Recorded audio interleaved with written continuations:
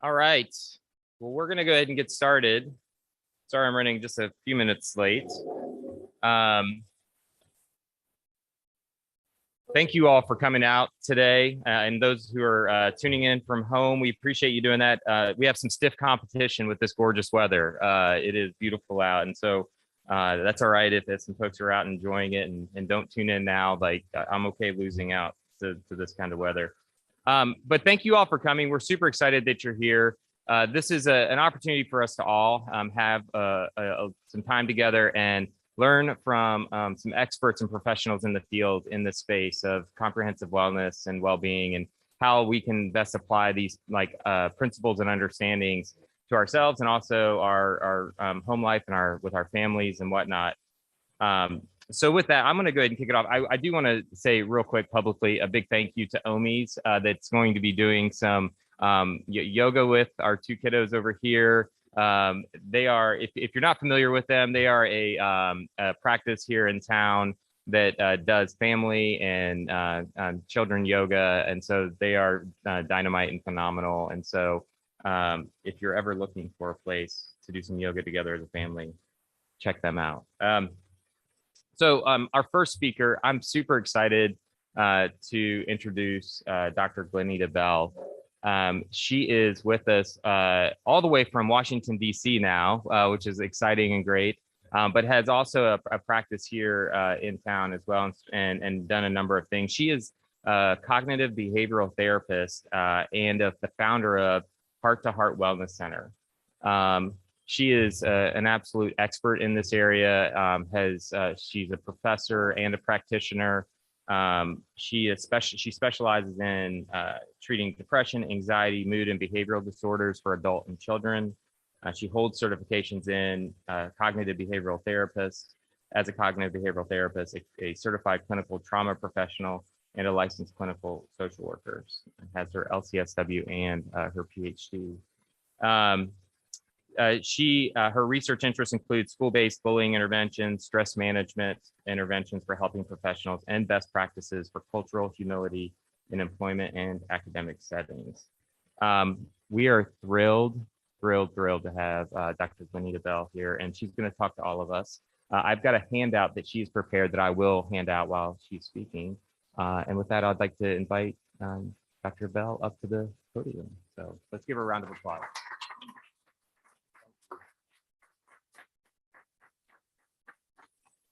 Hi, everyone. Thank you so much for that warm welcome. As I said, I'm Glenita, and I'm gonna give you a little bit of a roadmap of what we're gonna do today, okay? So we're a small group, let's just be casual. Think of this as a casual chat with a therapist, right? No pressure there. So I'm gonna tell you a little bit about myself and how I came to this work. And then we're gonna talk a little bit about holistic wellness in general. And then from there, I'm going to give you a little cognitive exercise because, you know, I am a professor too, so I got to make you do some work. And then from there, we'll talk about some tangible takeaways, just a few things that you can implement at home and at school. Sound good? All right. So I come from a family that values education. My mom was a special education teacher's assistant for over 20 years, and that's my mom right over there. And my parents just really enriched my sister and I with the power that education can have in your life. My father retired from a successful military career. He was in the United States Army for over 20 years and immediately began his education journey right after retiring. Got a degree in hotel restaurant management, culinary arts, and went on to get an MBA for fun. So I come from a family of education. But his greatest job after retiring was indeed being a chef instructor at Sullivan University because he got to work directly with the students, right? Picking up the theme here of my family. My parents are natural mentors. They have taken students under their wings for many years and extended their impact to students' lives far beyond education. They wanted to help mentor students to be the best possible versions of themselves and to be prepared as well-rounded people to take the next steps into the world. Both my parents spent as much time in the classroom settings as they did working with students on topics completely unrelated to academics. My parents showed compassion and care to the inner workings of the students as whole people. They cared about the academic requirements that needed to be met, but they knew that students had lives outside of the classrooms that needed a trusted adult to tend to those and guide those needs as well. My parents were educators many years ago. You know, things have changed. Some of the acts of compassion that they provided then are less politically correct now. But my sister and I were often, let's say, strongly encouraged to donate our toys and clothing and show up to kids' sporting events to root them on with my parents. And we did not want to go do any of those things, but there were great lessons being taught. It was so important to teach us, as well as the students that my family was supporting, that they had a sense of belonging and they were a part of the fabric of the school. As a child, I learned through watching both of my parents that education and schools act as safety nets around our youth. This safety net is a way to have greater reach in our communities around basic needs that need to be met, of course, such as food and clothing and shelter, while of course giving students the foundation of education. But we have evolved to recognize and truly know that this safety net can and it must extend far beyond basic needs in education. Well, I must say that this foundation for my family has shaped my life. I became a peer mentor in middle school, helping my peers to resolve conflict and find commonality amongst themselves. A resident assistant at college, I went to Ball State and studied psychology, and my intention was to become a mental health therapist. Through my own education journey, I got to start pairing research and evidence-based practices with what I already knew to be true by watching my parents. When we take a holistic approach to wellness and tend to the whole person, we optimize who they are. My first job out of graduate school was as a mental health therapist at a large community mental health agency. I invested many years working within a really well-meaning but broken system. I often left my office feeling as though so many important aspects of my clients' mental wellness were not being addressed due to the outdated methods of therapy that were being utilized. The traditional medical model that's taught in schools it's just simply very outdated. We are seeking to find in the medical model what is wrong with the person and to fix it.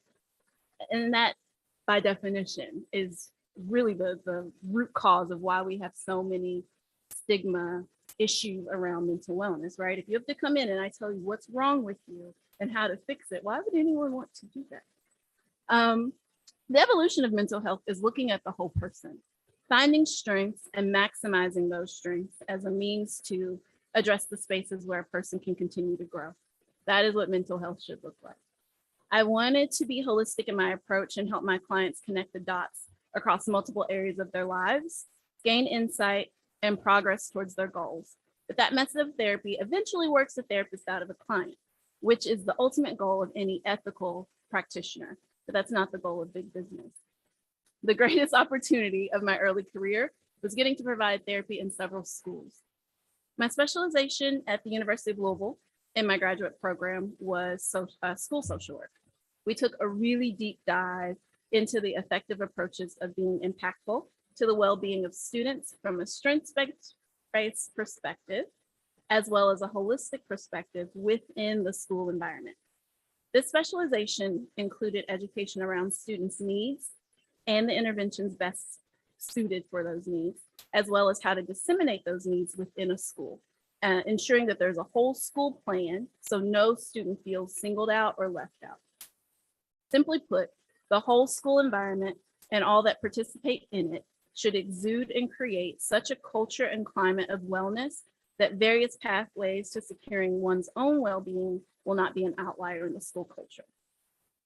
I was fortunate to work with a few wonderful schools and to create several elements that had some success. The challenges of working within community mental health provided some barriers to the goal that I had. So I created my own company. Heart to Heart Wellness Center started contracting and consulting with school districts, focusing on mental wellness programming that was comprehensive in its approach.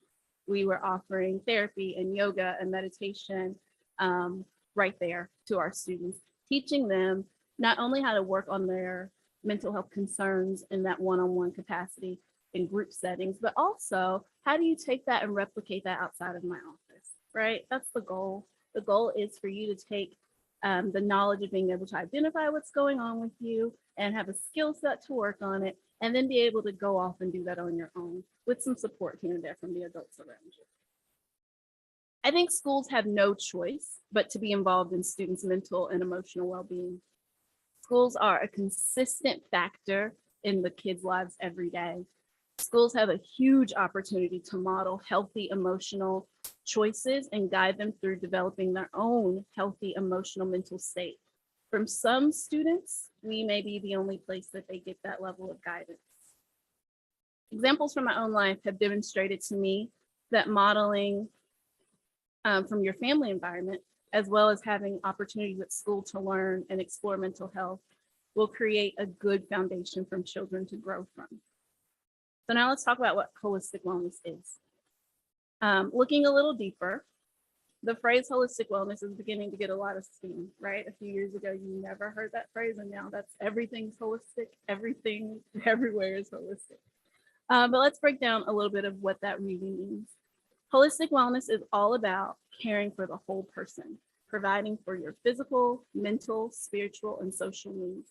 It's rooted in the understanding that all of these aspects affect your overall health, and being unwell in one aspect affects you in others.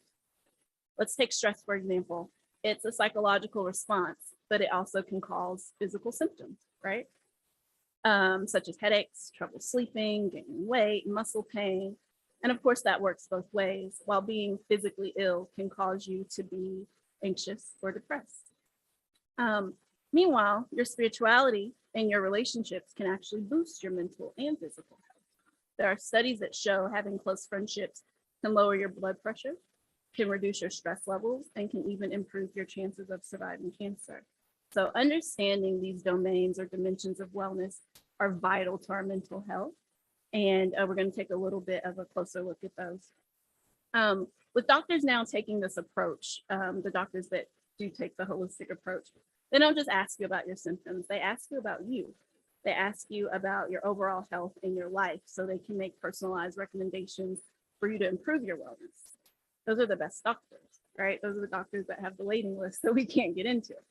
But that extends far beyond a medical doctor's office. That extends to mental health, that extends to our homes, and that extends to our schools. Being invested and responsive to a student in this way will improve their overall life satisfaction. On the heels of Mental Health Awareness Month, it's important for us to remember that mental health has to be infused in our conversations all year round. It has to be taught to children early at age-appropriate levels throughout their education journey. Mental Health America reports that 1 in 5 children has a diagnosable mental health issue, but nearly 2/3 of them get little to no help at all for many reasons, often because adults downplay or dismiss the importance of what's impacting their student. It's not because of lack of love, it's because of really loving them so much that you see all the good in them and you see that you want them to be able to work through this and that you just know that they can dig deeper and get to the other side of it. And while that is beautiful, it isn't always helpful. The lack of getting some of the care that students need leaves kids without proper guidance and support to learn the pro-social tools to equip the students with skills that they need for a lifetime. Mental health hurdles can affect a child's functioning at home, at school, and the community. The longer the mental health challenge goes unaddressed, the more severe the consequences can become. According to Mental Health America, lack of access to supports can have a serious and lasting impact across all areas of a child's life. Leaving children without supports contributes to school failure, which can lead to not attending college, underemployment, and even some involvement with the criminal justice system. In addition to loss of opportunities, short and long term, there's also the issue of loss of life, with suicide as the second leading cause of death for people ages 10 to 24. Adults may not always recognize when a child's struggling. Kids do a great job of hiding what they're really feeling and talking to their friends who also have bad advice. and looking to social media, which is often full of bad advice. And we want to make sure that students are equipped with the education that they need from schools and parents to advocate for themselves when adults may not be aware of the challenges that the students are facing. Schools can have a significant impact on the mental health of children and their understanding of this subject. The adults in the home may not have learned much about mental health due to the stigma that's been attached to the topic. So adults in the home may not be able to adequately help the kiddo facing the challenges or issues. School services may be the only viable option for some kids due to extracurricular activities, being really heavily scheduled after school, difficulties getting appointments. For some people, it's finances or living in a rural area or difficult home life. Research by the National Association of School Psychologists shows that students are more likely to seek counseling when resources are available at school. From the research they gathered, they also concluded that students who receive social, emotional, and mental health supports achieve better academically. And that all makes sense, right? Because when you start working these things into what feels normal to a student, it's normal to talk about mental health. It's normal to say when you're struggling and access some services for that. Of course, that increases your likelihood of accessing those services. And when your stress level is down in all of those other areas that we talked about, of course, you have more bandwidth to achieve academically. So it all goes hand in hand. Mental health challenges come in many different forms, but teaching students how to identify their feelings, express them to a trusted adult, can help them find the right pathway to lifelong learning lessons for mental wellness. So this is what I want you to take away so far. Schools are a vital resource and a safety net for ensuring that part of the education that students receive is inclusive of mental wellness. Allowing students to get this curriculum from trusted adults rather than the internet or social media to learn what are indicators of concern, suggestions of healthy methods of coping, and connecting students directly to qualified licensed mental health professionals in a school is setting the student up for a lifelong healthy relationship with mental health. Additionally, I want you to take away the value of understanding those 8 domains that I referenced earlier. This is important for you as the parent or guardian, and it's important for your student. As humans, we have these 8 domains or dimensions of wellness to be mindful of. They are emotional and mental. They are environmental, financial, educational, occupational, physical, social, and spiritual. And they're in that handout that I gave you.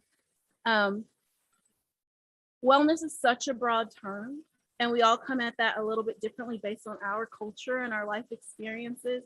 So I really like using these 8 domains as just really good ways to check in with people, right? That's some place that we can all find some intersectionality. All of the domains of wellness need our attention for us to truly flourish. But there doesn't have to be balance amongst every dimension. That's a pretty unrealistic goal. Instead, the goal is to find personal harmony with the dimensions that is most authentic for you. You can't get there passively. It requires active awareness. That means you checking in with yourself and checking in with your young people on each of those domains. It's going to require acceptance and commitment. And I hope that a little bit of a deeper dive is helpful. So I'm just going to give you a quick definition of each of those and then give you a little moment to process that. So in emotional and mental, we're referring to coping effectively, having a sense of positive self-regard, and creating satisfying relationships. So if you have preteens or teenagers, you know this is where they live, right? Like this is their domain. But think about it. Coping effectively is a skill that you develop over time, right? If you think back to when we were preteens and teenagers, we didn't just wake up one day knowing how to cope effectively. That is a skill that is learned. Having a sense of positive regard, that sense of knowing that even if I fail, even if I make a big mistake, I am still worthy and I am still loved. That is something that we develop also over time. And having satisfying relationships developmentally, preteens and teenagers, that's all we're taking care of. So this is the space that they live in. And it's usually the space that we hear the most about. But it's important, although those things are all very important, maintaining as much balance in the other areas as we can to support this area is vital. If they are topsy-turvy everywhere, and we know that this area just developmentally is going to be really difficult for them, we are setting them up to have some mental health challenges. The environmental domain refers to occupying pleasant, stimulating environments that support well-being. So for your student, that is actually cleaning their room. When you tell them to clean their room and they don't want to hear that, we know as adults, when you have a clean, tidy space, you find that you feel more uplifted and a little more together. And students don't always love that, but that is an important part of their wellness. The social domain refers to developing a sense of connection, belonging, and developing a support system. That is adjacent to creating satisfying relationships. Sometimes our students are very interested in having lots of relationships because that makes them feel validated. But what we know about the social domain is that that sense of belonging and connection comes from very well-created support systems. And sometimes our preteens and our teenagers need our guidance in helping them to identify what qualities create really good friendships that are going to give them that support system. Physical domain, as it sounds, is talking about the physical activities that we need, eating healthy foods, sleeping sleeping so your body functions properly.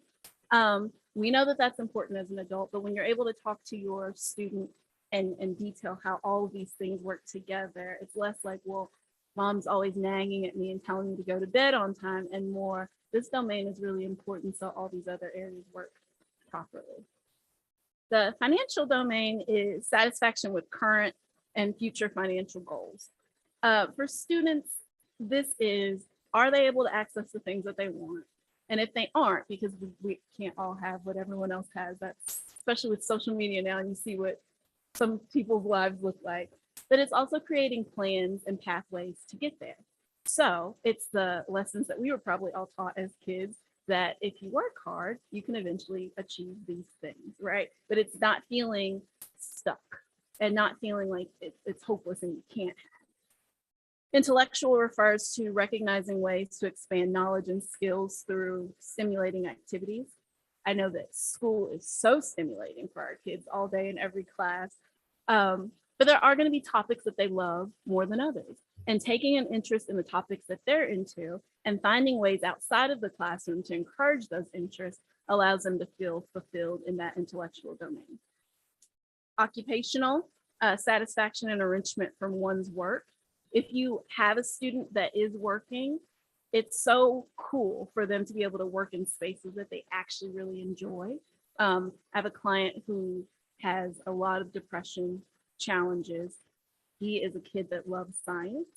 He has a job at the Science Center, and to see his world light up, to be able to go do something that makes him happy every day and find value, and people asking him questions that he can answer, it's incredible. So something that's small, right? It seems small because he could have got a job at, you know, any fast food restaurant, right? But to connect those dots was so important for his life satisfaction.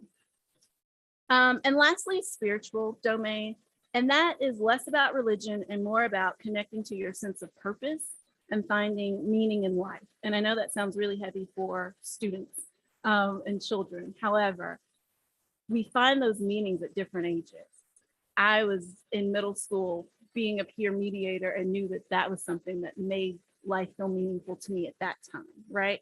So that may shift and change for your student, but as they're finding meaning in the present, it's so important to validate that and elevate it.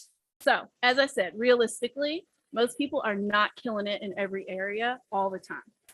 But a realistic goal is to have some self-awareness of where you are excelling and where you need to be more intentional with your energy. So let's take a moment to reflect on all this information I just kind of threw at you. I want you to just stay put and get with a neighbor. In your packet, there is a reflect page where it's just 5 quick questions about what it is that you could possibly do in different scenarios or what your thoughts are. So we're just going to take a couple minutes so you can look at that and get your wheels turning. And then we'll come back together. I'll give you some tangible takeaways, and then we'll have time for questions and answers. Okay.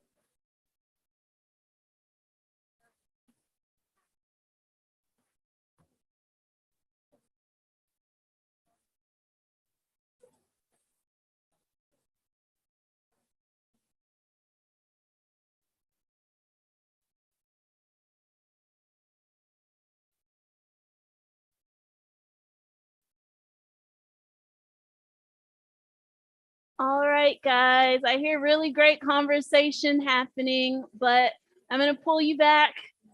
So I really appreciate you guys participating in that exercise. I'm sorry to cut you off. I can hear the brilliance happening at each table. But we will have time if I can get through quick enough. Jim's like, all right, let's keep moving. We'll have time for Q&A at the end. So again, I appreciate you participating, and let's talk a little bit about what we can do. So I'm going to recap some of the stats that we know, and then we're going to talk about 5 takeaways, okay? So as we know, mental health is a critical part of students' overall health and well-being. Students today face a range of demands that can impact their mental health, from meeting high academic expectations to navigating the world of social media to maintaining relationships with their peers. Students have busy schedules, the result of lack of sleep, lack of self-care due to those busy schedules. Many students are also dealing with some sort of distress or crisis or trauma in addition to the typical life stressors that we think of. And some of those stressors and crises happen as secondary trauma, just meaning that they may not have personally gone through it, but a very, very close friend went through this really awful, rotten thing. And at that age, we get so much of our self-reflection and self-worth through our peers that they start to take that on as a secondary trauma, which leads to a lot of the reason why parents often are completely unaware because it didn't happen to your kid. Mental health challenges can negatively impact all areas of functioning in students, contributing to social, emotional, behavioral, and academic problems. All of these factors lead to some really unfortunate statistics that indicate that student mental health is a prevalent and serious concern. According to a national survey, about 50% of youth between the ages of 13 and 18 experiences a mental health disorder at some point in their life. In addition to, as mentioned before, suicide is currently the second leading cause of death for people between the ages of 10 and 24. The suicide rates are nearly increasing every year, including more than 30% increases in 25 states. Schools have a unique and critical role to play in supporting student mental health and well-being in proactive, comprehensive, and collaborative ways. The just released Advancing Comprehensive School Mental Health Systems report provides insight from national experts to help guide local, state, and national efforts in advancing school mental health systems. While many schools are incorporating some aspect of mental health practices, there are only currently 3 states, which are Florida, New York, and Virginia, that mandate mental health education be a part of all the school curriculum. Mandated mental health curriculum is a significant systematic step to address and improve student mental health and well-being at school. But what this looks like, it can vary greatly school by school, district by district. So how about some short and sweet, tangible things that you can incorporate at home and at school? Let's consider the 5 T's. They work well for home and school, so we'll modify them a little bit for both.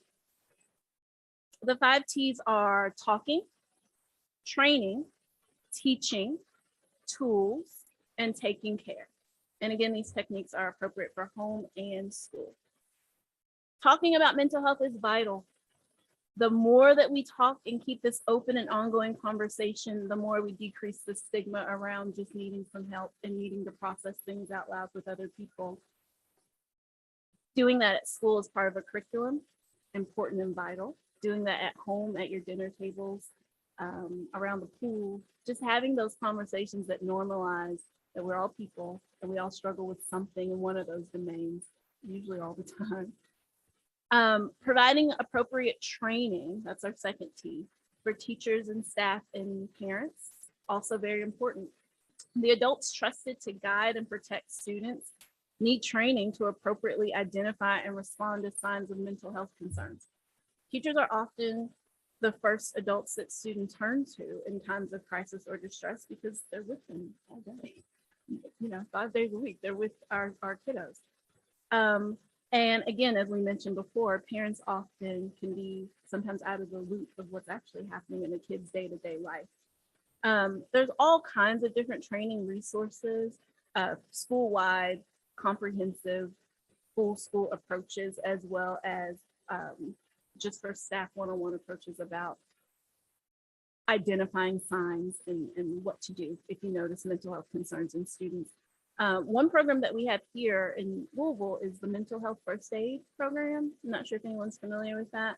It is a free program that you are able just to get trained. You just sit in a room like this and listen to practitioners across the city talk about different signs and symptoms and what you can do depending on your role. But it's created for people that are not therapists. It's created for people that just may happen to work with someone and what they can empower themselves to know.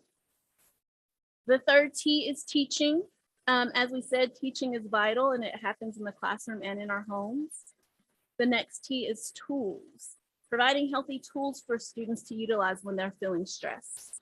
In addition to seeing the school counselor, who of course is a vital resource to our schools, having licensed professional therapists that are available to students is so worthwhile. Students are really apt, again, to use those services when they are a part of the culture and climate of the school. But also incorporating in the school day things like mindfulness, which I know we'll get to hear about that soon today, relaxation techniques, the importance of physical exercise. We all are taking PE and gym classes, but also incorporating why that's important and what release they are getting for their own mental wellness by doing those physical activities. Having relaxation or break spaces that are calming and allow the senses and stimuli to come down a bit so the student can really reintegrate themselves and their senses when they're feeling upset. And that's a really great thing to do at home as well. I know that we often will send kids to their room when we're frustrated with them. And it's a good thing. It's a good plan, gives you a break, gives them a break. But you also want to help them structure that break, right? So if you just send them to their room and they're watching TV or they're just stewing in their anger, not super helpful. If you help them to create a calming, relaxing space that they can, again, bring all of those hormones down a little bit, it allows them to come out and actually participate in a productive conversation with you. And the last T is for taking care.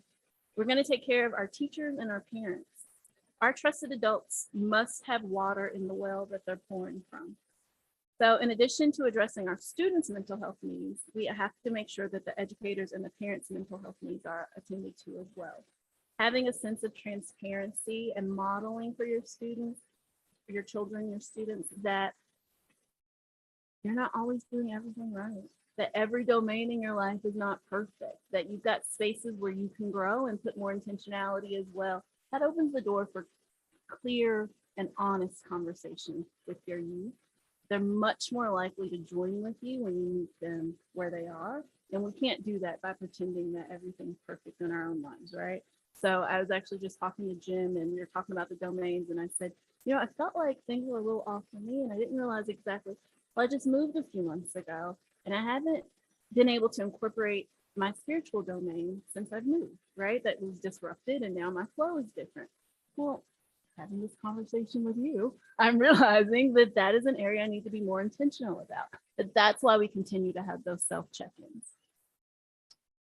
So, in summary, we're going to get to the Q&A. School is an ideal place for all types of learning to occur, including mental health education. And this will be a wonderful way to destigmatize mental health and mental wellness. We are really looking to create the next generation of little humans that go out there and be well-rooted in themselves and be able to advocate for their own needs and their mental health and create an environment that just allows them to flourish. And being able to have these conversations open and freely and give them the tools they need to equip themselves to go forward is exactly how we'll do that. So thank you guys.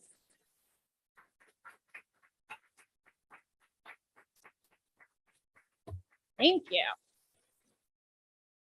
Yeah, hit me.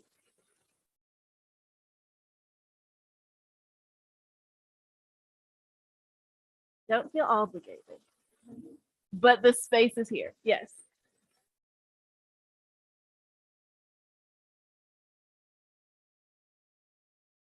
Yes. Yes. So I say let the kiddo take a little bit of the lead. You know how we guide and direct and give choices within the framework of what those choices should look like. But depending on what the home layout is, sometimes kids will do it in their own room. Depending on the size of the home, sometimes you have another space, but it's important that the sensory items are there that need to calm them down. So if you've got kindergartners versus high school students, that's going to look differently. But breathing techniques are so important. Being able to regulate your heart rate and add all the extra oxygen that comes into your brain when you're deep breathing, it really allows that cortisol level to come down enough that you can really come back to baseline. So if you have a little kiddo, having pictures of different breathing techniques posted on the wall helps them to remember to do that. If you've got bigger kids, you can just have them know that that's a space. But it's just really about being comfortable, finding a space of comfort, and music, having a playlist already created. For whatever reason, our human brain, it's like we love misery. If we're already upset, we listen to songs that make us more upset. I don't know if you do that, but it's like, I am so upset. And you listen to something that makes you want to cry more.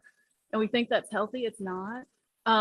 Having a playlist that is uplifting when you're feeling really rotten is very helpful. It helps to increase the hormones that we need to bring back up. So having students to create those playlists already and have that prepared in that space in the room. So breathing and music, and then whatever other things your kiddo is interested in. If they're an art person, having some kind of artistic thing, small, like elementary age kids with Play-Doh or those fidget things, like just being able to physically release some of that frustration, super good for them. So it's one of those things that those are the baseline, but we can add or take away depending on what's good for your particular kid. Mm-hmm. Anything else? Yes.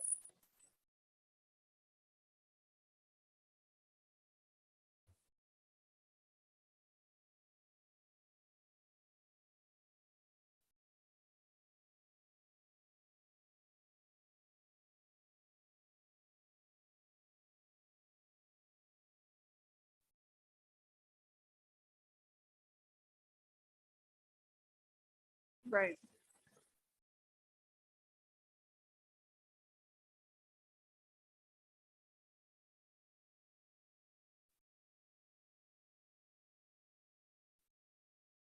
Yes. I think it's important to make sure that our kids feel that we are giving them autonomy, again, within our very protective boundaries, right? So that autonomy conversation looks like, how much time do you think that you need on social media to be active enough to maintain the connections you have with your friends? Because that is the point of social media. Whereas for me, I was getting phone calls on my landline, right? And your mom would eventually say, get off the phone, right? That was a little different. Well, now it's just something you whip out in your hand, but the goal is the same. It is staying connected to our peers. So how much time do you think you need to stay connected when you're with your peers?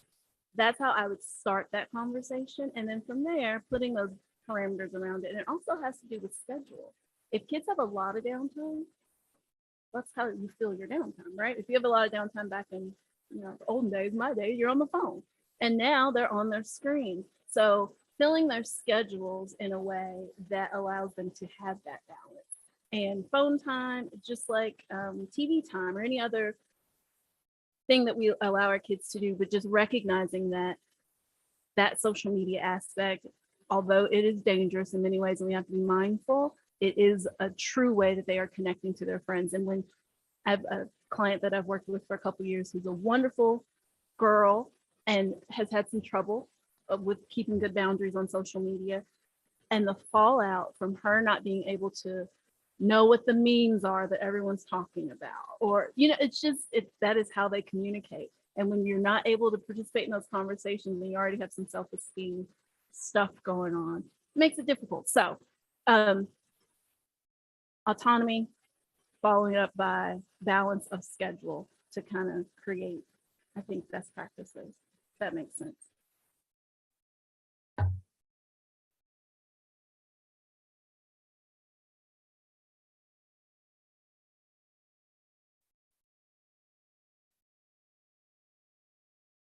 I will make that brief because I have a lot of opinions about that. Simply put, developmentally, our brains are not really supposed to go through all the things that these kids have just gone through developmentally. As an adult, we can process and say, oh my gosh, this is awful. And I hope that as I funnel through all these different channels of information, I get to the other side and I've got this plan, and our brains are more prepared for that. Our young people, that is not developmentally. Go ahead.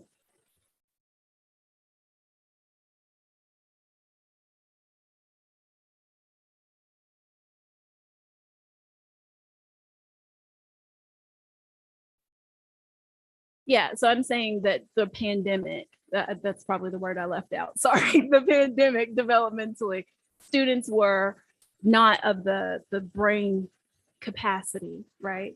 Developmentally to process and understand from an emotional level, right? Like our kids are, I think, smarter than we were, but from an emotional level, able to process and understand this sense of safety being disrupted in this way. When our sense of safety is disrupted that severely, it leads directly to anxiety. Yeah.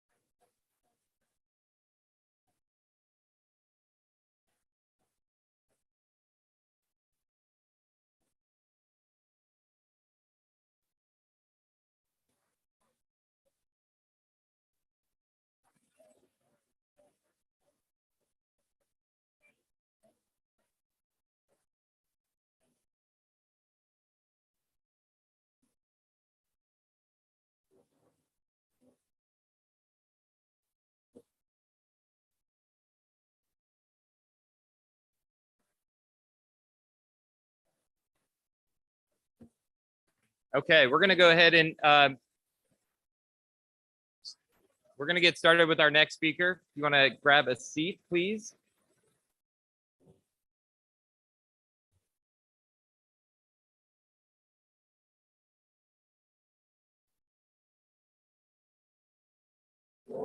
All right.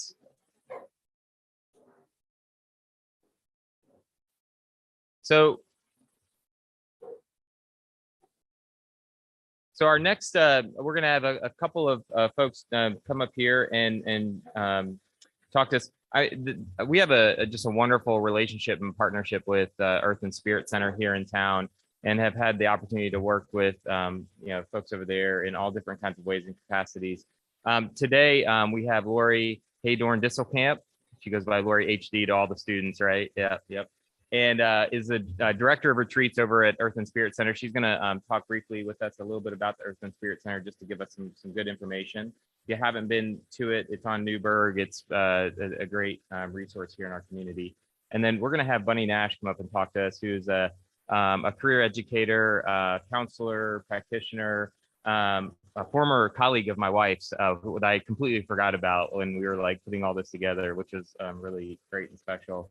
But Bunny's done some really deep work in understanding kind of the science of behind meditation, mindfulness, the science behind trauma, stress, resilience, learning, how all this impacts our kids.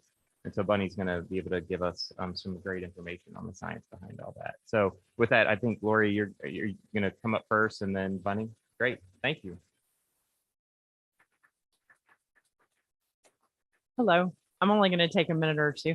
I'm the retreat director as well as the program manager over at the Earth and Spirit Center. And if you haven't been there, you have to visit us at some point in time. We're all about meditation and mindfulness. We have lots of classes on it. I just came in July and started a retreat program. So I'm very excited to say I have like 5 different high schools that are coming through now. We have a huge display over there that you all can look at. We have summer camps coming up, but the main thing that we're known for, I think, is the mindfulness and meditation. And our last speaker was just talking to that.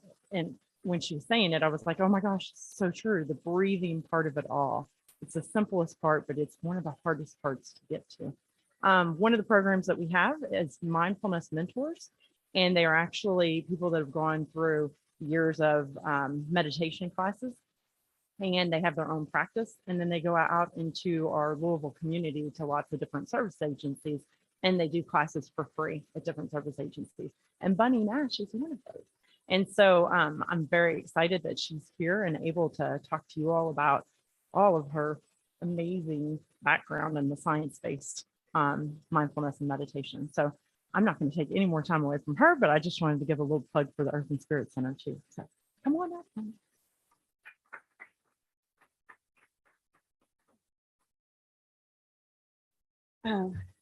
It's really just such an honor to be here today with you. And as Lori said, I work with the Earth and Spirit Center through the Mindfulness Mentors program, but my real life job has been working as an educator for many years, primarily with populations that children and families that come from challenging backgrounds and students that are dysregulated and not meeting with success on a lot of levels.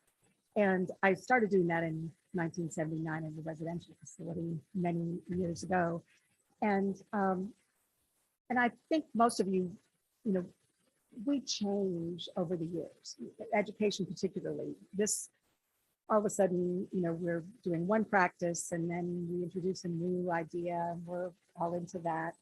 And so, for 40 odd years, 50 years of working in that, I've seen lots of things come and go.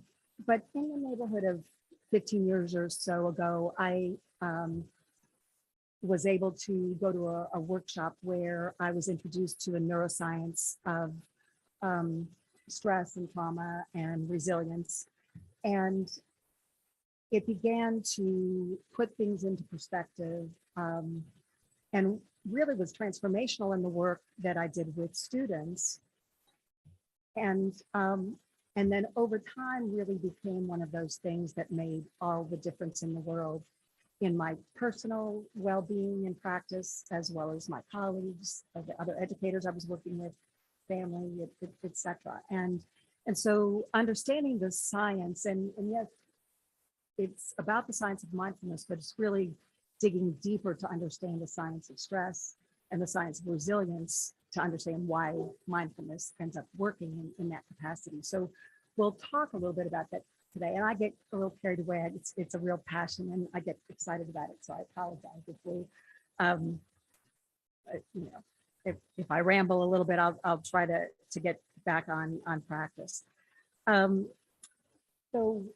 we will be talking about mindfulness and meditation, but we'll be going through the lens of understanding first about the science and that power.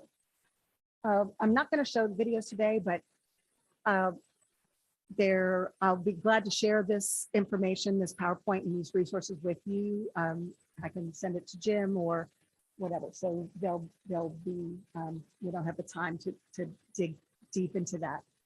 But I like this idea from Gabor Mate. He's an expert in the field of child development and addiction and a variety of other areas. Says the essential brain circuits for physiological development require the presence of non-stressed, emotionally available, attuned parenting caregivers. And if we think deeply about that, it's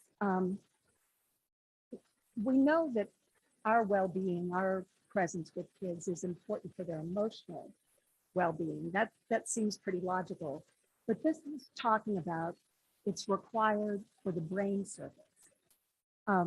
for the physiological developments. And that's where I think it becomes so powerful to realize that what we're talking about is more than just a surface level. It's more level. It's really happening, going on in our brains and our bodies.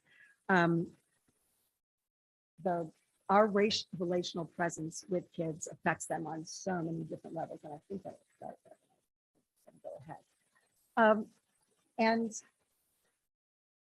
we'll look at mindfulness as sort of the umbrella that we'll come back to. Mindfulness is another one of those words that's just thrown around. What does it mean? It means all kinds of things to all sorts of people.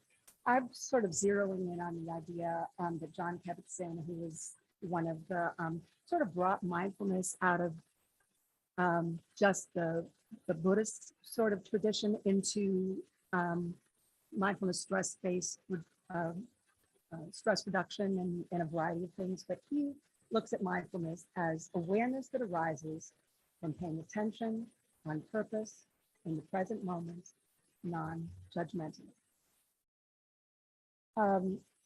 It's really about tuning in and being aware in the moment. And that's hard to do. It's a simple idea, but it isn't easy. It's complicated. And we tend to get lost in all the worries about, ruminations about the past and worries about the future. And it's hard to really tune into the present moment. And we know that there's a lot of power in that. What I'd like to read just an idea from Thich Nhat Hanh, who is a Zen master, and I would just read to you from his books and his works if I could today, and that would be settling. But he says, if you think that peace and happiness are somewhere else and you run after them, you will never arrive. It is only when you realize that peace and happiness are available here in the present moment that you will be able to relax. In daily life, there is so much to do and so little time. You may feel the pressure to run all the time. Just stop. Touch the ground of the present moment deeply, and you will touch real peace and joy. And I think that thought is really a powerful thought, because he's talking about that stop, that taking the pause. And what we learn from that is that that's not something we do in our lives. We don't stop to come into the mindful moment. If we look at what we've been living with certainly over the last 2 years, but more than that, we are in a place of collective stress. We're bombarded with things in our lives that are just activating our stress response on that physiological level and making it really hard for us to come into that mindful place and ease ourselves. And while we know that that collective stress is going on and that it's very intense in this moment, that's not new. Prior to COVID, prior to all the social unrest that we've been having over the last years, we still live in a culture that says, push through, don't stop, we don't have time to do that. We don't give ourselves the opportunity to rest and reset. And when we look at the science of stress, we understand why that's so important to be able to do, why it's important to come into the mindful moment and be able to live with that. We know that the ability to respond to and recover from the challenges of daily living is a marker of well-being. It depends on the actions of our autonomic nervous system. Our autonomic nervous system is what's going to help us be in a space to be regulated, to be healthy, to have that sense of well-being. And so we need to know about it. We need to understand it. And when we talk about the science of, we'll look first through the science of stress and then some resilience. It's sort of a parallel thing. We can think about it in terms of our own well-being and our children's. It's not something that just happens to our kids. It's going on in all of us, and what we bring to our kids when we have a good sense of well-being, as Deborah Mate said earlier, is really important. So when we talk about it, you have to kind of put on two hats. How's my child experiencing this? How am I experiencing this? And then how do those things come together? First of all, looking at a little bit more about stress, and Dr. Bell mentioned stress as a psychological element, which it absolutely is. And then the other part we need to really remember about it is that it happens physiologically in our brains and bodies. It's a response to the stressors in our lives. And it happens on an unconscious, involuntary level. It happens without us knowing about it. And I'm going to apologize in advance to our neuroscientists out there, our doctors that know a lot more about this than I do. We're looking at this through a simplified lens so that it's something we can use practically and actually teach to our kids. I think part of this is really important it's not some secret that we have, but it's an empowering thing when we really understand that what's going on. My emotions are not just something that that I don't have control of. They're happening in my brain and body, and I understand what's going on with them. It can be really empowering. So we know that stress is going on, and it's that involuntary response that we have. It's not a choice. I'm going to guess that there are at least a few people out there that perhaps are afraid of spiders or mice or a snake. And you just are confronted with that. And even it could be in a cage. You know it's not a threat in your logical brain, but that doesn't matter. If you're sensing something that your body feels as a threat, you automatically go into that stress response without having a choice about it. It's an involuntary action. And what another good way to look at that is if any scary movie fans out there, you can see that same scary movie 15 times, doesn't matter. When that person jumps out and grabs the ankle of that, you jump, you'll throw your popcorn, you react, even though you know what's coming.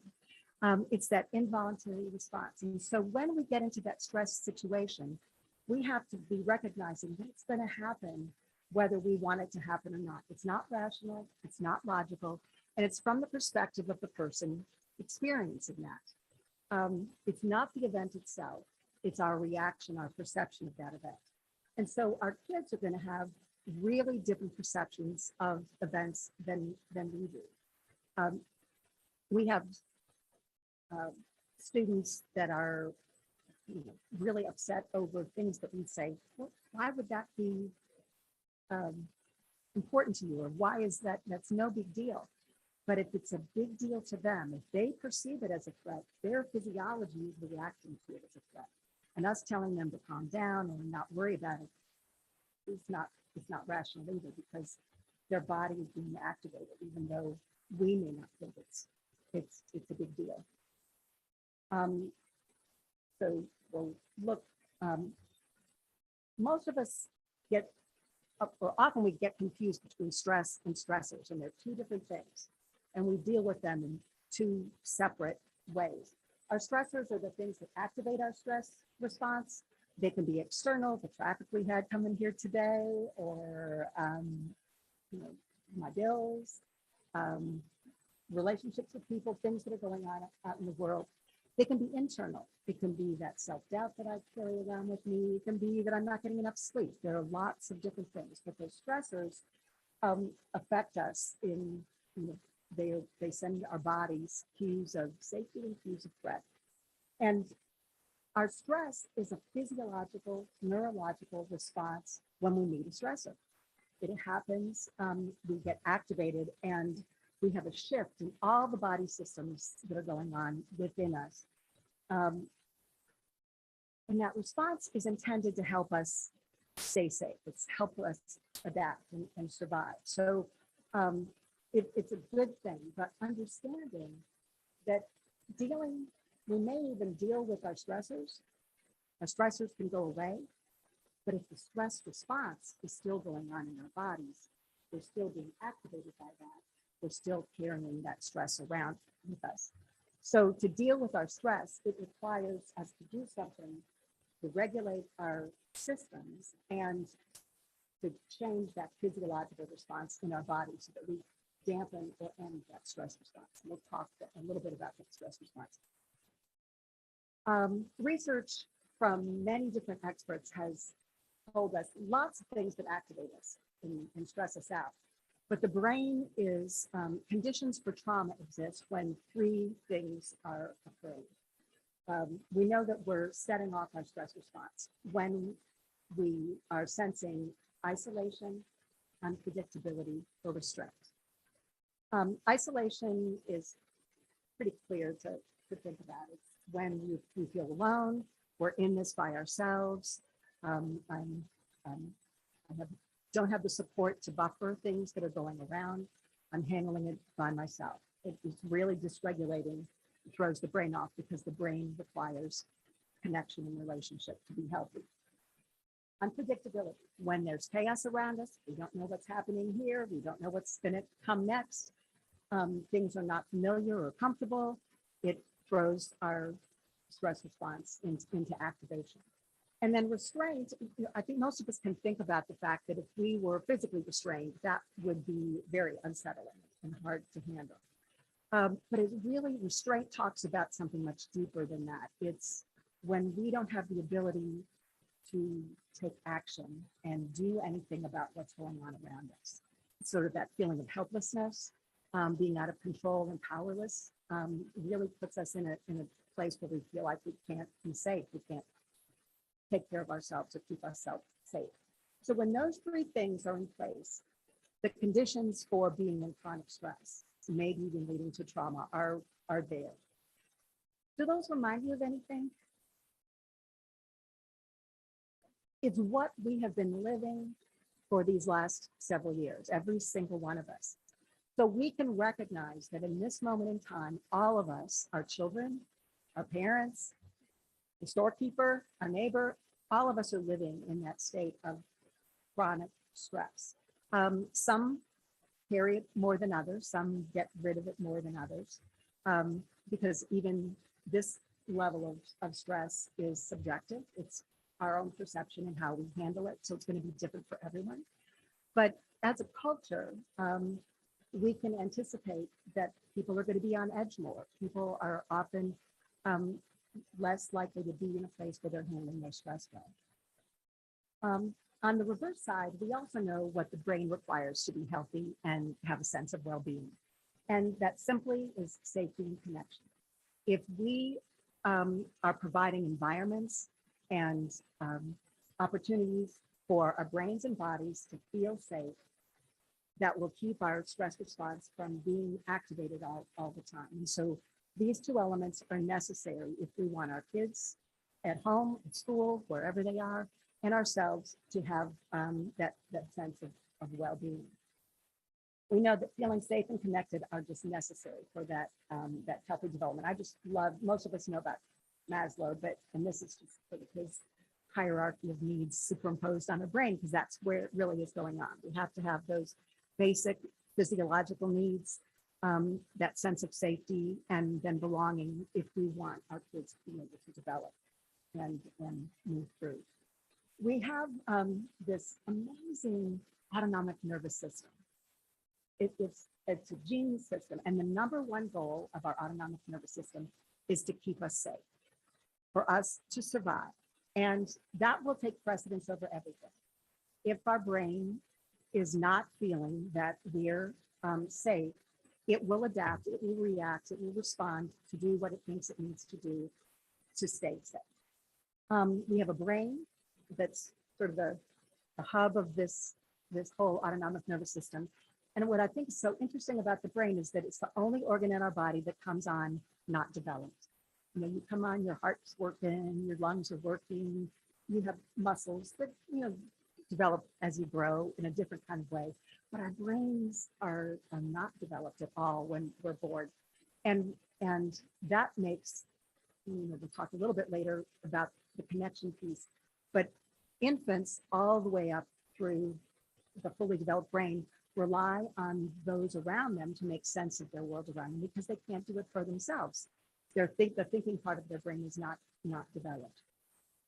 And it's designed to grow and change and adapt as we grow based on the experiences that we have. And so the experiences of safety and connection that we have in our lives are really important for that. We have a vagus nerve that connects our brain to most of the organs in our body. And so there's communication going on between our brains and those organs, and feedback from the organs back to our brain. So that's a really important system going on. And then we have this sense of neuroception. It's that unconscious perception that we have going on that's constantly taking in those cues of safety and those cues of threat that are out in the world around us. And it happens without us thinking about it. Where you can walk down the street late at night, you're just walking, and then you hear those footsteps behind you, and automatically sort of the hairs on your neck go back, your arms get stiff, you start to stress a little bit, you start to pick up cues on that unconscious level even before you realize that. And when we're picking up cues of safety in our world, and they can be cues of that pleasant environment that you were talking about, tone of voice that I hear from the people around me, even how someone's looking at furrowed brow versus a soft brow. I'm just unconsciously picking up all the cues of safety around me. And when I'm picking up those cues of safety, my nervous system is in balance, and I can respond and react and think and play and be creative and socially engage and do all of those things. And the minute I start to pick up any cues of threat, everything starts to shift. I tune into those cues of threat because my number one goal of my nervous system is to keep me safe. And if I'm sensing footsteps, or I'm sensing that furrowed brow, I'm sensing the buzzing in the lights that are just throwing me off, whenever those cues start to become negative into my nervous system starts to shift, and it becomes the part of my brain that's in charge becomes the number one thing as to how I view and how I respond to the world. And just really briefly, 3 parts of the brain: our survival brain, our downstairs brain, our brainstem comes on fully developed at birth. It is the part that runs all those autonomic nervous system, the things that happen unconsciously. And it trumps everything. When our brainstem is in control, when our downstairs or survival brain is in control, it's in charge, and nothing else matters. And it's going to shut other things down or change things around. Our emotional brain, our limbic system, deals with emotions and relationships. It also houses our amygdala and other parts that help with that watchdog, that smoke detector that we're taking in, set things from around our environment. And then we have our mindful brain, our cortex, our prefrontal cortex specifically, where we can be calm and socially engaged. It's where all learning takes place. It's where we can be creative, compassionate. We can think about the future and plan for the future, and think about the past. We can reflect.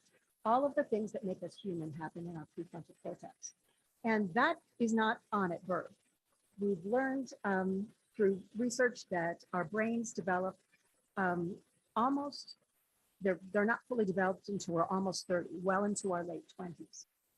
And a lot of times when I'm talking to teachers, I'm talking to a bunch of people who don't have fully developed prefrontal cortex yet, let alone the students that we're dealing with. And so realizing that the younger we are, the less capacity we have to self-regulate, to do any of these things for ourselves. We really rely on the people around us. So for us to be there, we want our mindful brains, our thinking brains to be in charge. And what happens is when we have a stressor, and we start picking up those cues of threat, I can be sitting and having a conversation and everything is all, well, I'm digesting my meal, I'm carrying on, and then all of a sudden some stressor comes into my mind. And I have this hardwired response. Happens unconsciously, just like if the smoke detector alarm system were to go off right now, you wouldn't have a choice. Your body would respond to that. And I start to activate, my brainstem takes over, my survival brain kicks in, the amygdala will take in that information and starts to activate systems like sending cortisol and adrenaline into our bodies, because the number one goal is to be safe. And safety in that moment sends us into that state of fight or flight, which in order to get away from something or fend it off, I have to have muscles that are activated and strong. So my heart starts to beat faster and speeds my breathing up, and I'm getting oxygen to my blood so that blood can pump to my muscles and I can get away really fast, or I can fend it off.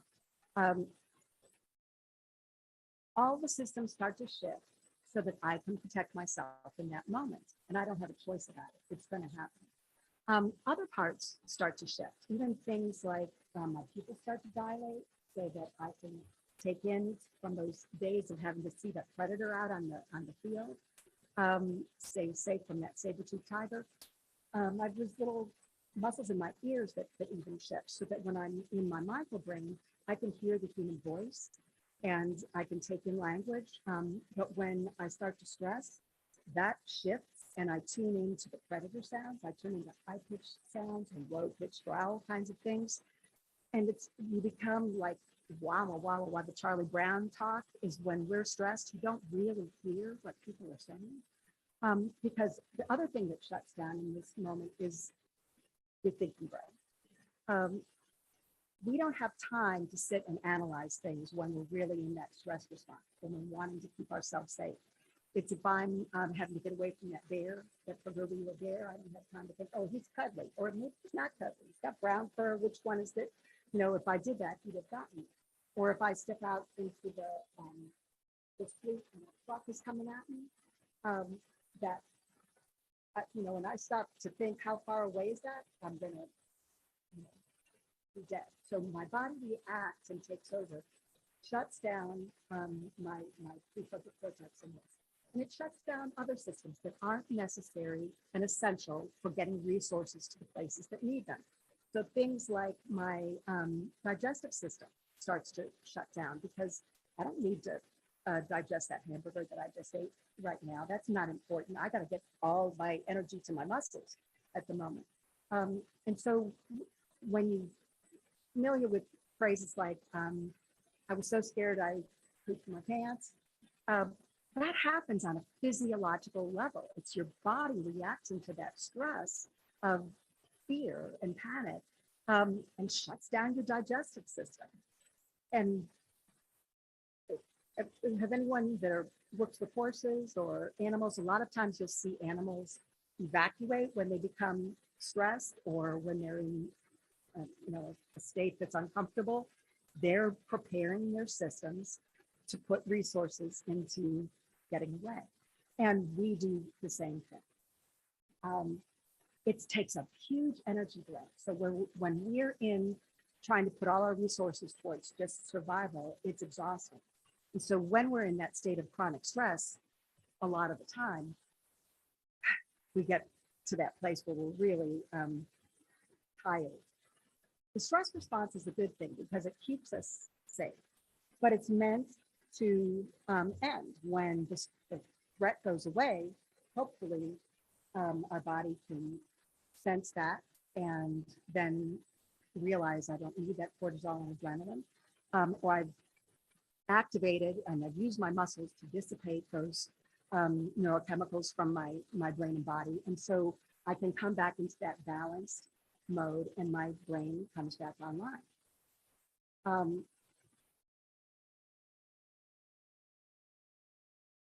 But sometimes we don't complete that stress cycle. If you have an alarm and it goes off in your house and the in the middle of the night and wakes you up, again, it's not your thoughts about the alarm that woke you up, it's your stress response. You hear that, you get activated. You get up and you walk around trying to see what's going on. The alarm's going off all of this time. You realize the alarm must have scared the intruder away. I've checked all the rooms in my house. The alarm is still going off, no intruder, things are safe. I can start to feel a little bit safer. But would I be able to go back to bed if that alarm was still going on? Would I be able to sit down and read a book if the actual alarm is still going off? No. It's not enough to know that that the intruder is gone. I have to turn that alarm off and I have to reset it. And our biological alarm is the same thing. If I've activated my stress response and I haven't had an opportunity to complete it, if it hasn't gone away, if I'm continuing to activate it and stress, that cortisol and adrenaline is going to continue to go, of course, through my body. So I have to figure out a way to complete that stress cycle and make it, and otherwise I carry that around.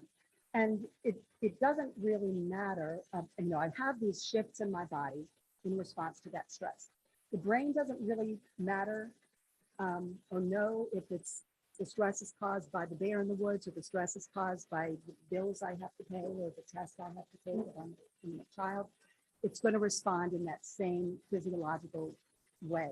And so to deal with my stress, I have to find a way to complete that stress cycle and dampen that.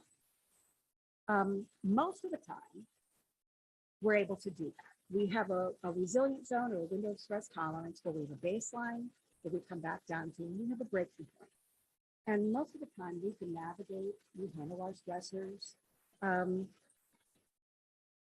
we de-stress, something else happens, we have a coping skill, we come back down, we stress again, someone's around us to help us through that. So a lot of times we could live within our window, within our resilient zone. And that's truly a sense of well-being when we can manage the things that are thrown at us in our daily life. But sometimes we get bumped out.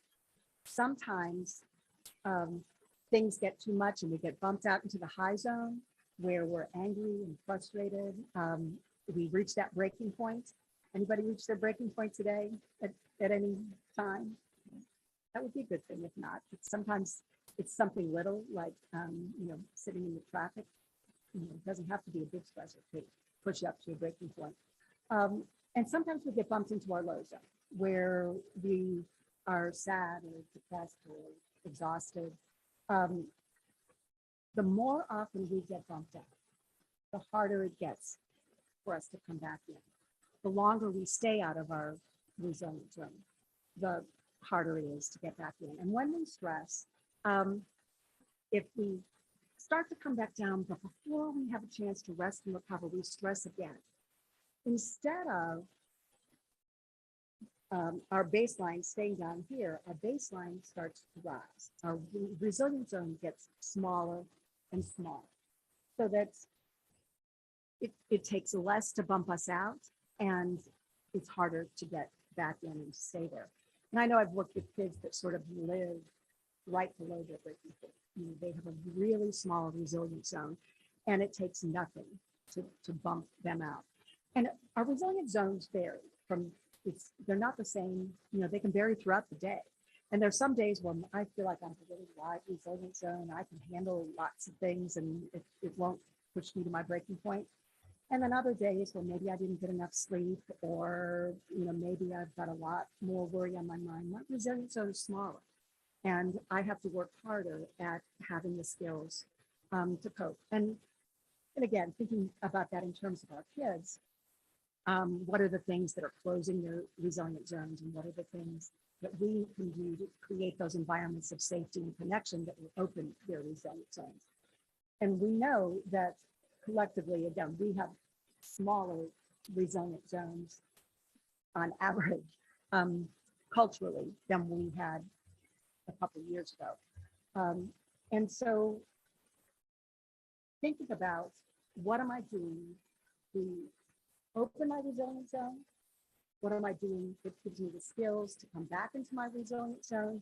And how am I trying to keep it open? We know that being well isn't always being taught. It's not always, it's not the fact that we should never get bumped out. Being well is being able to handle those things that bump us out and come back in and do it again and do it again. Because being stressed is not necessarily a bad thing.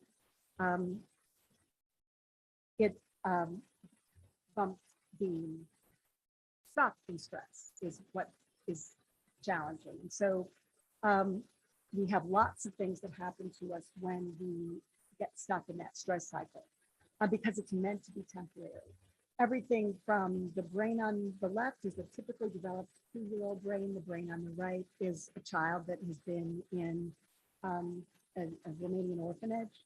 And you can see just parts of their brain did not develop when they didn't get the stimulation, when they didn't get those social connections and those environments of safety and connection that they needed.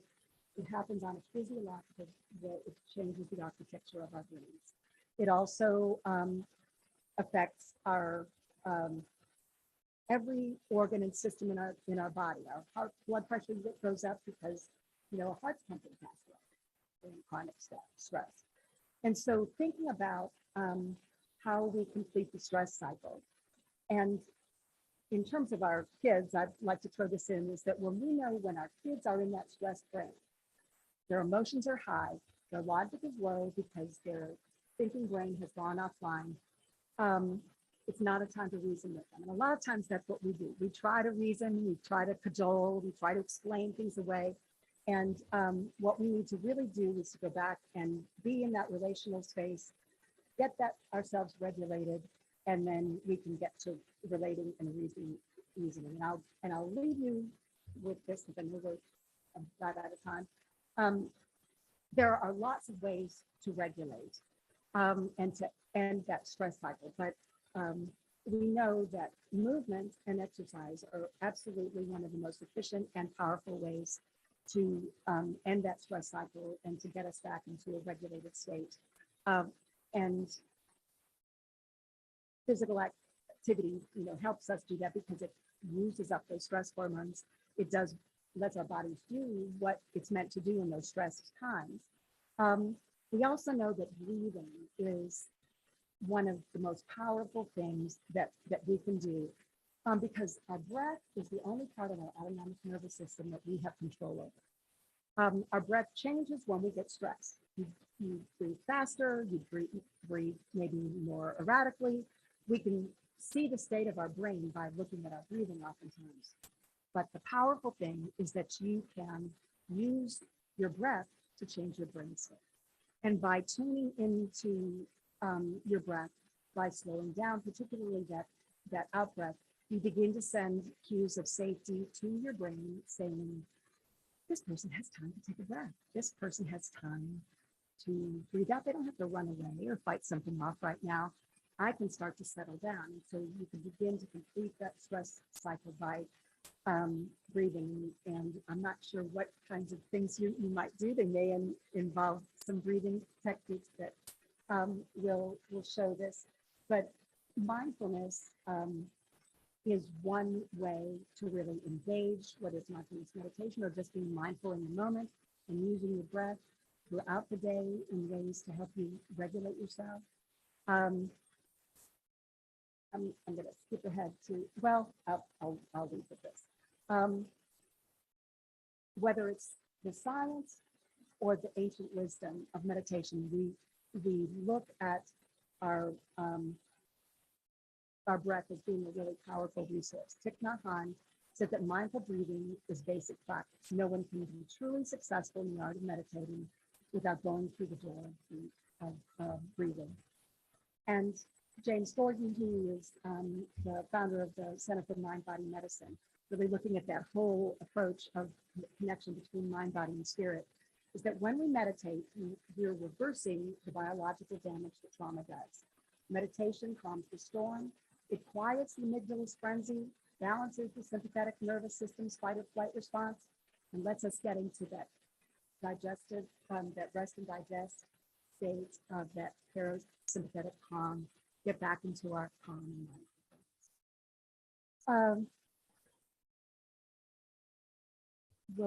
I think we probably have time. There's hundreds of things that we could talk about from here, but that gives us at least the beginning door of why we may want to think about mindfulness and or meditation or the ancient practices like yoga, Tai Chi, because they work because they're grounded in science. They work and they've lasted this long because they really affect the way that our bodies respond. Yeah.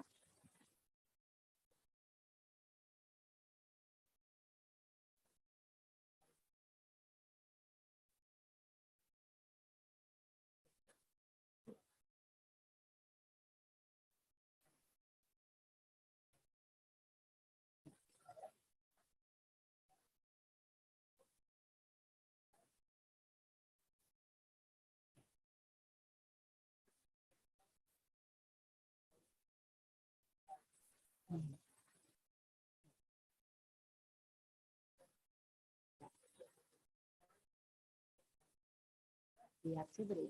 Yeah.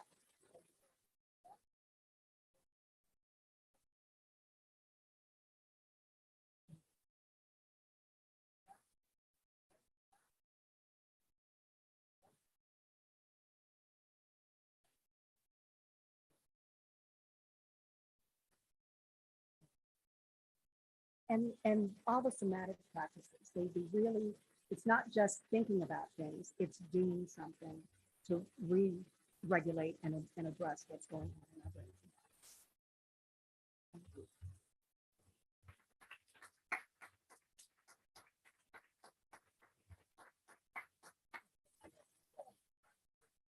Absolutely. Yeah.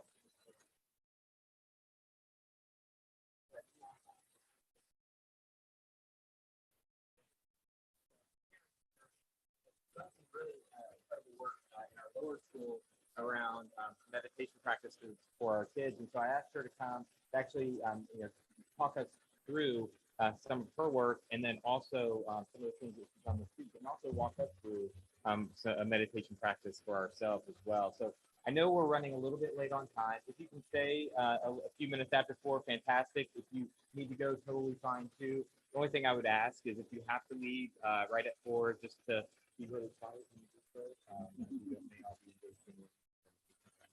With that, I'll turn it over to Nedra. Thank you, Jim. Thank you, thank you, thank you. All right. Hi, everybody. Thank you so much for coming out on this gorgeous day to take your time away from your children or for whatever else you had going on today to come. This work is so important. I mean, it's just such a wonderful thing to be a part of as a parent, as just a human being, you know, to be learning all these wonderful things from people like Bunny and Dr. Bell. There's so many people around this planet that are engaging in this kind of work more and more because we need it. I mean, you know, it's not easy being human these days, right? It's just, and that's what I say to the kids a lot of times. You know, when we start out, we say, you know, look, we're all in this together. You know, we have to like learn to pause and give each other some space and, you know, just really be present together, you know, and talk about it. So a little bit about me. I won't go into a lot of stuff, but so I have a 10th grader here at Collegiate. I have 2 daughters. My 6th grader is at St. Francis in Goshen, but she's coming here next year for 7th grade. Dr. McCrae's like, yes. But I have to say, when we first toured Collegiate, my daughter started doing my school. When I met Dr. McCrae, he started to talk about this work and what his idea was, and sort of his sort of overall need for this.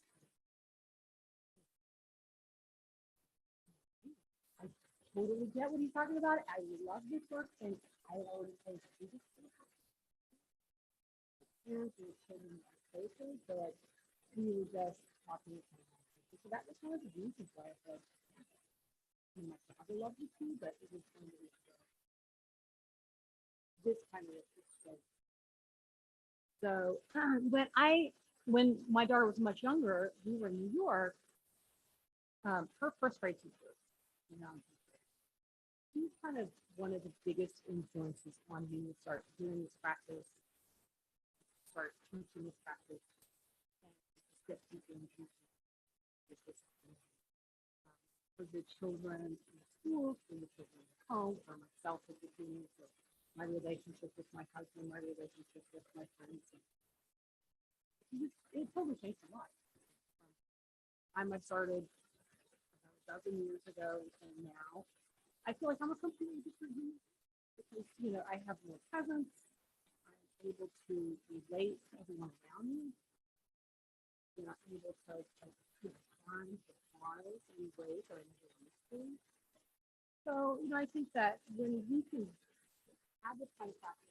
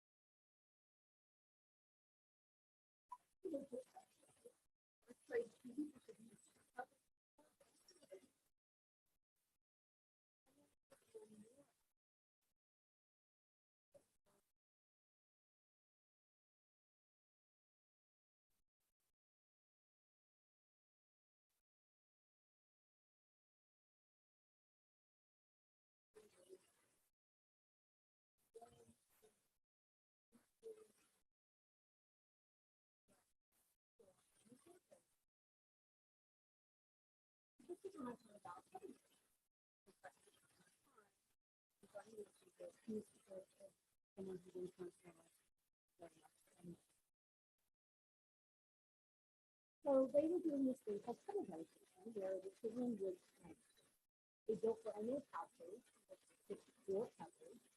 There were 4 different houses. Flowers,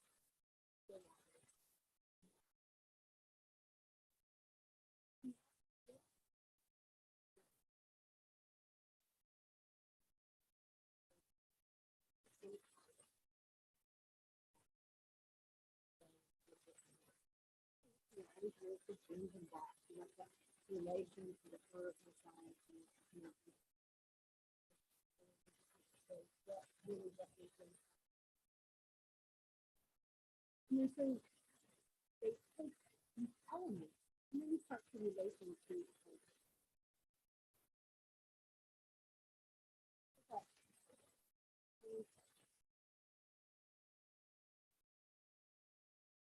like a moment.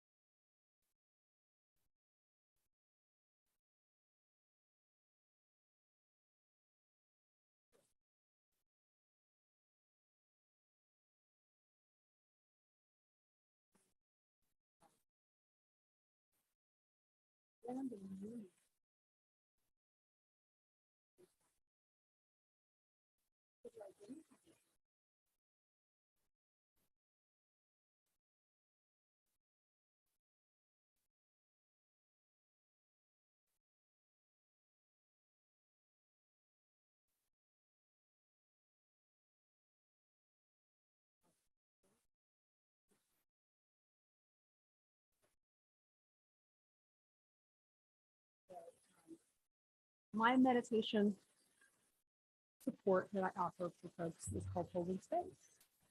So we're holding space, learning how to hold space together for ourselves, for those around us, in a much larger degree, or in just a very minute way, where we're feeling tight, we're feeling whatever. We need some space. Okay, I know how to do that. We're going to pause.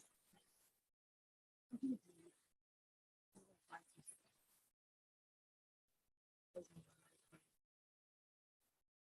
Physically going and leaving the space that you're going to go and find a safe space. So I talked about all these kinds of things with the children, using this type of meditation. So it was really awesome. I mean, kids are so amazing for these kinds of practices when you start to talk about them. They say things like, you know, we'll talk about it.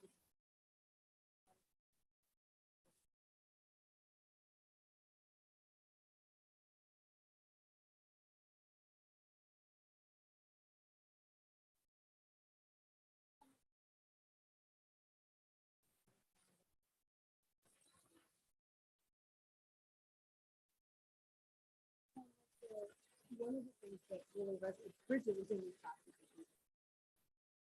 One of the real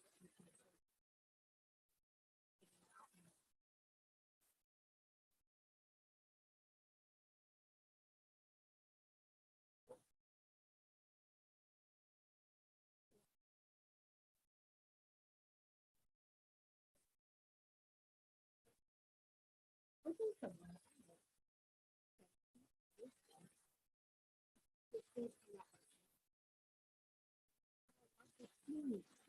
How can I get this feeling when I'm going to sleep at night?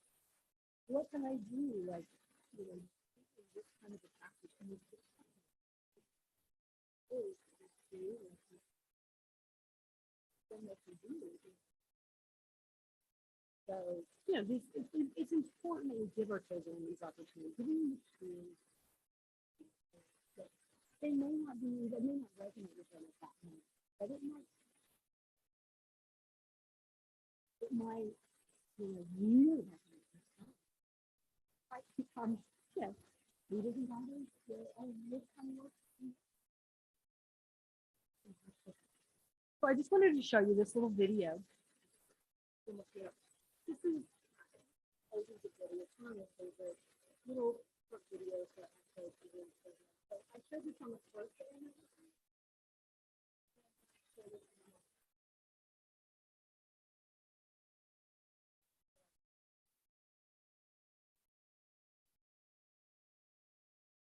Yeah, it's also this is here. Right in the first.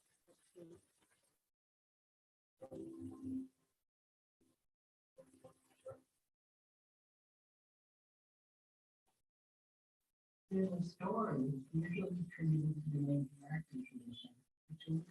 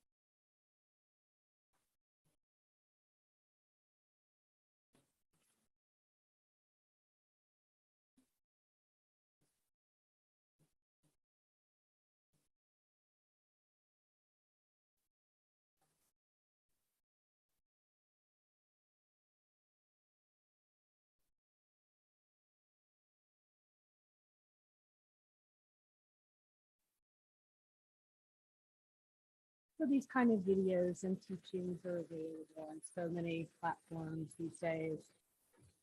I just wanted to make two more quick points about things that I worked with the children I think are so important. Listening and presence. You know, the idea of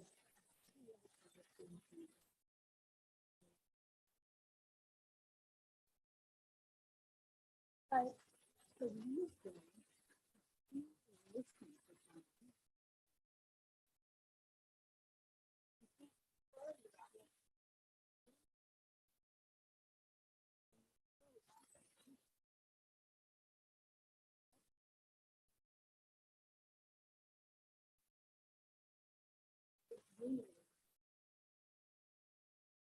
children, you know, so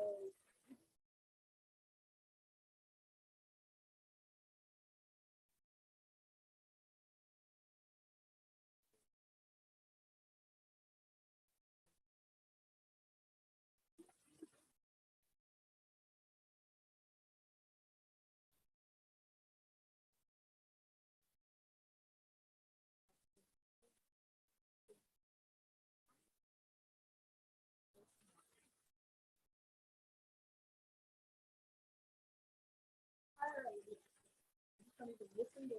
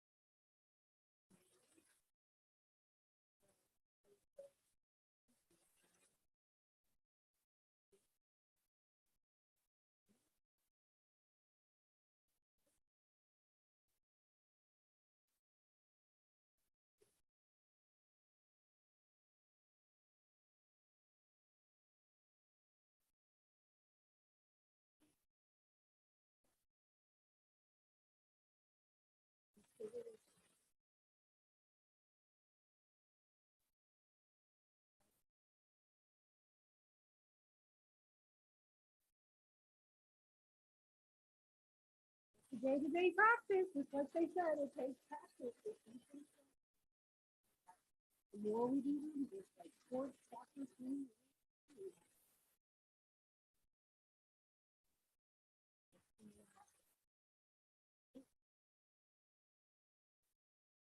children understand that. They understand so much of these things that we, you know, think that, oh, they're too young, but they get it.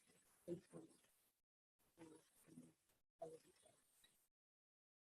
So those who would like to do a meditation, I will guide us through a short meditation.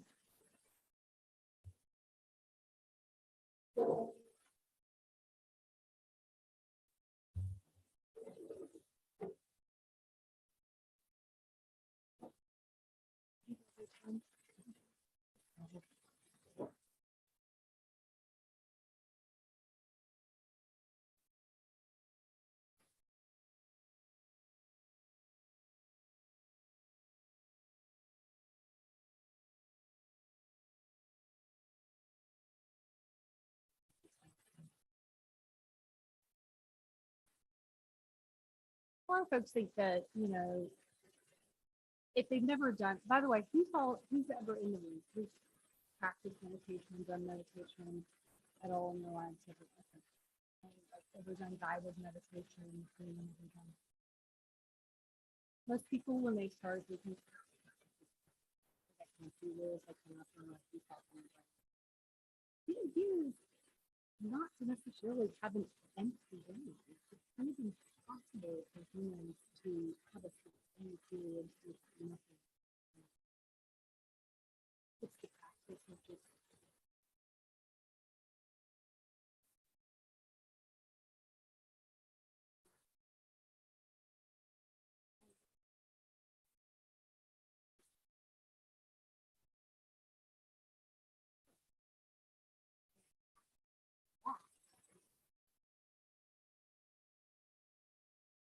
just There's a million different ways. So take a minute to settle on your seats and get comfortable in a way that you won't have to shuffle a lot for the next couple of minutes. And if you feel comfortable to close your eyes,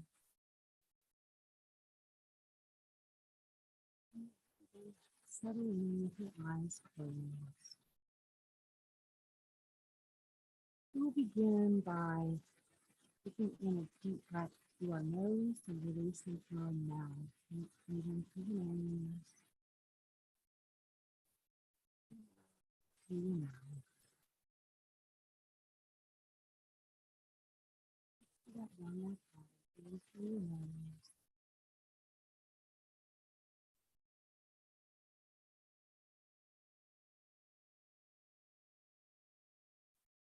Gently bring your attention to muscles and joints.